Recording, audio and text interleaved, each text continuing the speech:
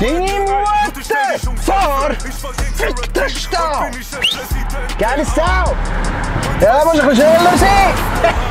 Bist du aus dem Arsch geboren? Ich habe gesagt, ich zahle für das Kind nicht!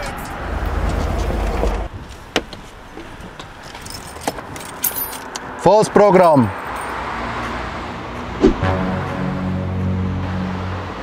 Volles Programm!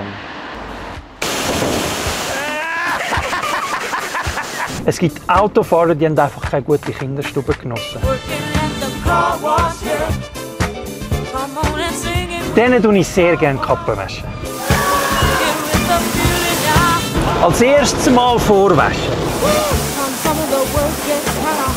Oh, ist dir ein bisschen Wasser ins Ohr? Oh, tut mir aber so schon noch leid.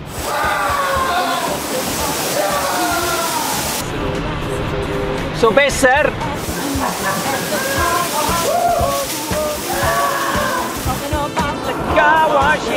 Ich liebe den Song.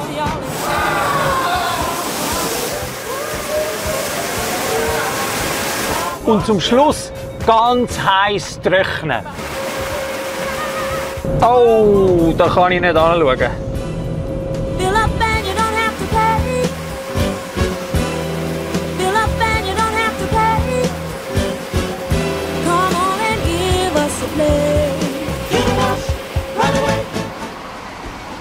Und fahren wir von jetzt ein bisschen anständiger? Definitiv. Danke, Leutnant Knigge, und nochmal Entschuldigung.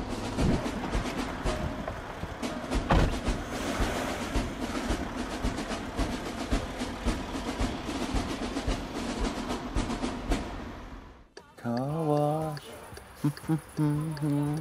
Hey, bitte, gehen Sie. Ja, klar. Habe ich jetzt Vortritt. Aber geht doch Sie.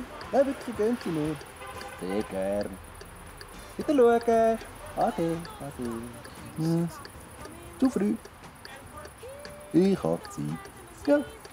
Wem soll ich sonst noch Kappen waschen? Schreiben Sie in die Kommentare.